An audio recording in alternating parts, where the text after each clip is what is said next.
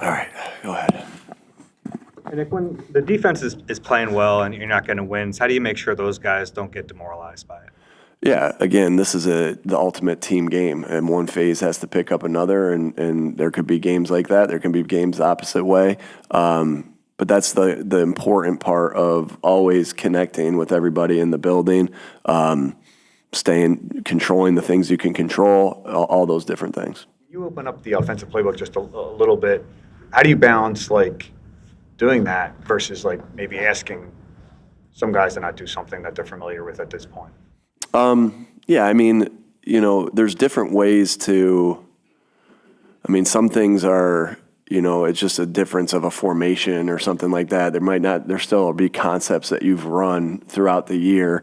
Maybe you do one with play action as opposed to doing it with drop back. But you always are mixing things and, introducing new things, as the year continues to go on too. As you see, there's sometimes you see something on tape that fits something that you do with a little bit of a difference. And, I think that's just kind of been business as usual as far as that goes, as we put different things in throughout the year. But it always goes back to,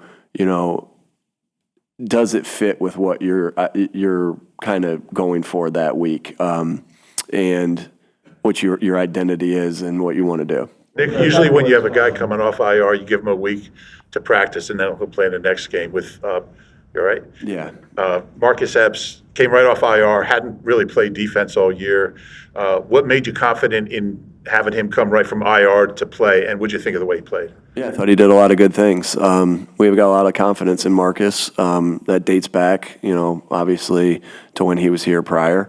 And then we're really excited to get him back. And, until he got injured, was giving us good reps on special teams and even some time on defense. So have a lot of confidence in him and the things that he can do. And I thought he did a lot of good things. Everybody's a little different, right? Just because one guy took a week to get off, everybody's bodies are a little different. Everybody's situation's a little bit different. So not in our written in my notes to say, hey, this guy will go after 1 week on it. It's more like, is he ready? Then you go with it. If not, then you wait another week. For that, the fact that Lane did not go on IR would suggest this general time frame was a possibility. How's he coming along, and are you expecting him to practice this week? Yeah, he's working hard. He's working hard to do everything he can do to get back as fast as he possibly can. Obviously, he's a great football player, great team leader, and we'll see. We'll see where that is as we continue on. We got to walk through today, being that it's a short week for us, and then, but we'll see. We'll see as the week continues. What were your takeaways from the chances Jalen was taking over the middle in the passing game? I mean, there were some interceptions, but it seemed like his timing was better, especially the overtime throw to Devontae. Overall, what was your takeaway from that, and what you could build on? From particularly the middle? Yeah, in the middle.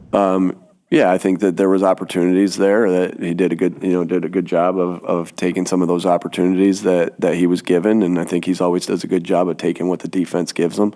Obviously, never want the turnovers, but he did some really good things. I think there was, we can always look at.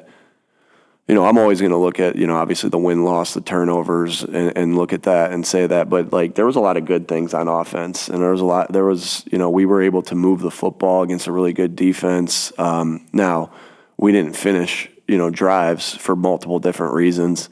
And we turned the ball over for multiple different reasons. But there was a lot to be encouraged by that we're continuing to go into the right direction that we need to go to. That will be something that we talk about today, in our meeting. So, but yeah, I thought he did a good job taking what he gave him. And again, there's for different reasons. There were some plays that didn't work out, and there were some plays that were explosive. AJ had two plays that were drops over the middle of the field, led the interception, then the one in the end zone. I was wondering what the teaching points are on those two, and what kind of your thoughts on the plays were overall. Yeah. So obviously uncharacteristic of AJ to have drops, no doubt. Uncharacteristic, just like we've talked about with Jalen, uncharacteristic interceptions as well. For both parties. So,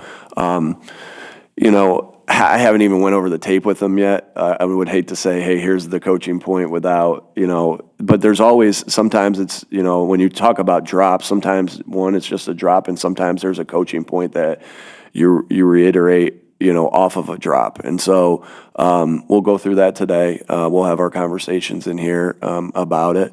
But, I know he wants, when anytime he comes to a drop, he wants to catch it more than anybody. So if there's a good coaching point, you go over it. If not, you'd say, hey, make sure you work this catch, 10 times more than you would have had you not dropped it. So that's kind of how we go through that. The play before halftime, why did it not seem with 2 timeouts that there was any option in the middle of the field to maybe get an easier field goal attempt? Yeah.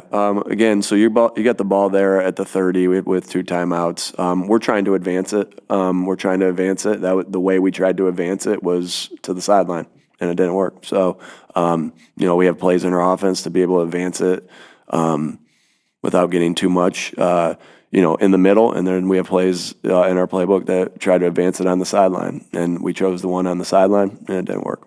Some of the things that went well for the offense, Saquon took some handoffs when Jalen was lined up under center that ended up in some chunk gains. What about those plays in particular worked well, and how do you feel like you can replicate? Yeah, many different ways that you can create explosives in the run game, under center, in the gun. There's screens that are like runs. There are shovels that are like runs. So there's many different ways to go about it. I think at the end of the day, we got great. There were good schemes, introduced by the coaches, and then there was good execution, right, by the players, and so with really good fundamentals. So, on those particular ones, that's Saquon found some light and was able to get free, and that was huge. From your perspective, there looked to be, to us at least, some different additions into the offense, and you mentioned the ball going the right way. Is how much of that is trying to get that involved versus Jalen deciding, okay, this is where the football needs to be on a certain play? Yeah, every time that Jalen has the ball in his hands, he's got to make the decision of where the football goes based off of the read on the play, what the defense is doing, and so I don't think there's anything different as far as that goes. I've had some of those concepts in before.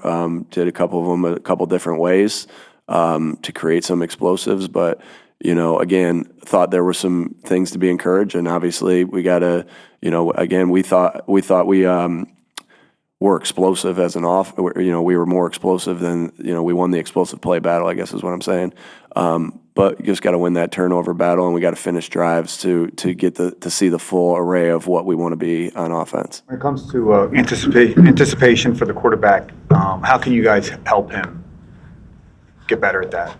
Of anticipating, yeah, it's always about with anticipation. Yeah, it's always about we're constantly talk through and think through. I guess it's like really anything, right? You constantly talk through what your timing is of your footwork, and then you watch the tape when it's on, and you praise when it's on, and you correct when it's off. So that's no different than a receiver in his route, and if their footwork being on and them being in the right spot. So, that's something. That's how you coach it. Is you first of all, your job description is clear with what what the read is, what you want to happen on the play. And then you get into walkthroughs and you get into practice, and you correct it, or you praise it if it's met. As far as there's different things we could do scheme wise that we have without getting too much into that. But those are all those different things. I thought that he had a lot of good throws that he was anticipating, and that was a result of him taking the proper footwork, him going through his read in a great time, and getting to the right guy. Saquon has said that during the week the vibes at practice and the locker room are really high. but then on Sunday, he's noticed it's been a problem. I was wondering what you see and maybe if you agree why like the good vibes during the week don't seem to be transferring to the sideline on Sunday. Yeah, I think Sunday is about being locked into what you're doing, and not that Monday, Tuesday that is too. But you're in everybody's in a routine on the sideline, right? It's like the free throw shot. You want to go through your same routine every single time in between series. So sometimes you're focused on the routine, and sometimes it's a result of, hey, it's not going the way you want it to go. There's a difference between being completely focused and locked in when it's not going well. The vibe might be not as high when it's not going well. I mean, I think that's human nature, right? Like, you're not going to be like, yeah, we punted on whatever, you know what I mean? So I think that's natural of that, in the sense of,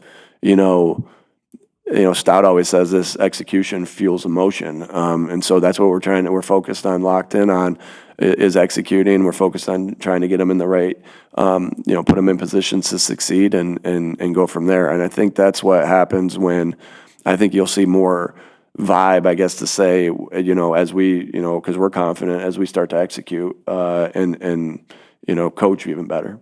Like there were, with the reads and the run game for our offense on Sunday, or last Monday, were there more opportunities where Jalen might have had an opportunity to run, just didn't happen in those plays, or just curious about? Yeah, without getting too much into that, we had some runs called that, some early on into that football game that we called, and they did a good job of stopping it. So, some of those kind of, as just like you adjust to try to attack things that, you think you can attack, you do that same adjustment for something that might not be working at that particular time. So, hats off to them. They were able to stop some of those types of runs. But, we always want that to be part of our, of who we are and what we do. What's the personal coaching approach with Jalen after a 4 interception game, 5 years into this? Are you tougher on him, or are you trying to build him up? How do you approach that relationship at this point? Yeah, we know each other well enough that,